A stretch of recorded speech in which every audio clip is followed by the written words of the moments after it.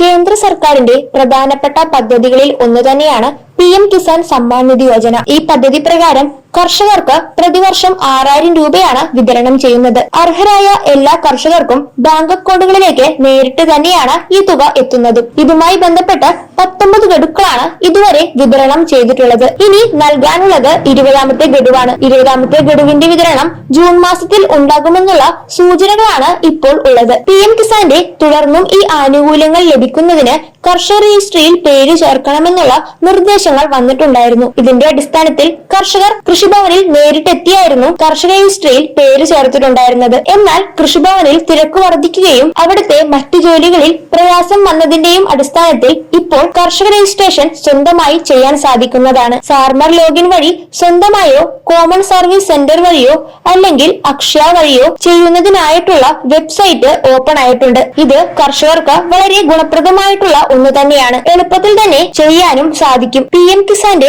6000 രൂപ കിട്ടുന്നവരും സ്വന്തമായി കൃഷിഭൂമി ഉള്ള കർഷകരും ഇതിൽ രജിസ്റ്റർ ചെയ്യേണ്ടത് അത്യാവശ്യമാണ്. PM കിസാന്റെ 2000 രൂപയുടെ വിതരണം ജൂൺ മാസത്തിൽ ഉണ്ടാകുമെന്നുള്ള അറിയിപ്പുകളാണ് ഇപ്പോൾ ഉള്ളത്. 20ാമത്തെ ഗഡുവിന്റെ വിതരണം തടസ്സമില്ലാതെ തന്നെ ലഭിക്കുന്നതായിരിക്കും. എന്നാൽ ഇനിയുള്ള ആനുകൂല്യങ്ങൾ തടസ്സമില്ലാതെ ലഭിക്കുന്നതിന് വേണ്ടിയാണ് കർഷക രജിസ്ട്രിയിൽ പേര് ചേർക്കണമെന്നുള്ള നിർദ്ദേശമുള്ളത്. ഡിജിറ്റൽ സേവനങ്ങൾ കർഷകർക്ക് വേഗത്തിലും എളുപ്പത്തിനും ലഭിക്കുന്നതിന് വേണ്ടിയാണ് കർഷക രജിസ്ട്രിയിൽ പേര് ചേർക്കണമെന്നുള്ള നിർദ്ദേശമുള്ളത്. കേന്ദ്ര സർക്കാരിന്റെയും സംസ്ഥാന സർക്കാരിന്റെയും പല ആനുകൂല്യങ്ങൾ ലഭിക്കുന്നതിന് ഇത് ആവശ്യമായിട്ടുള്ള ഒന്ന് തന്നെയാണ്. അതിനാൽ എല്ലാവരും കൃത്യമായി തന്നെ ഇവ ചെയ്യേണ്ടതുമാണ്. അഗ്രിസ്റ്റാക് ഫാർമർ ഐഡിയിൽ രജിസ്റ്റർ ചെയ്യാൻ കരമടച്ച രസീറ്റും ആധാർ കാർഡും ആധാറുമായി ലിങ്ക് ചെയ്തിട്ടുമുള്ള ഫോണുമാണ് ആവശ്യമായിട്ടുള്ള കാര്യങ്ങൾ. ഇപ്പോൾ അക്ഷയ കേന്ദ്രങ്ങൾ വഴിയും കോമൺ സർവീസ് സെന്റർ വഴിയും ഇവ ചെയ്യാൻ സാധിക്കുന്നതുമാണ്. കൂടാതെ കർഷകർ എല്ലാവരും തന്നെ ഇലക്ട്രോണിക് KYCയും ലാൻഡ് സീഡിംഗും ഒക്കെ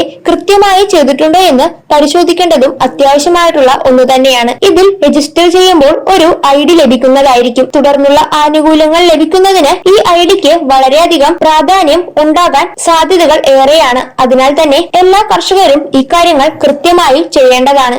KYC അടക്കമുള്ള കാര്യങ്ങൾ ഉണ്ടോ എന്നും കൃത്യമായി പരിശോധിക്കണം. PM കിസാന്റെ ആനുകൂല്യങ്ങൾ തടസ്സമില്ലാതെ ലഭിക്കുന്നതിനും കർഷക ആനുകൂല്യങ്ങൾ ലഭിക്കുന്നതിനും കർഷക രജിസ്ട്രിയിൽ പേര് ചേർക്കേണ്ടത് അത്യാവശ്യമാണ്. ഇതുമായി ബന്ധപ്പെട്ട കൂടുതൽ വിശദാംശങ്ങൾ ശരിയായ വിധത്തിൽ തന്നെ മനസ്സിലാക്കിയതിനു ശേഷം എല്ലാ കർഷകരും ഇക്കാര്യങ്ങൾ കൃത്യമായി തന്നെ ചെയ്യേണ്ടതാണ്.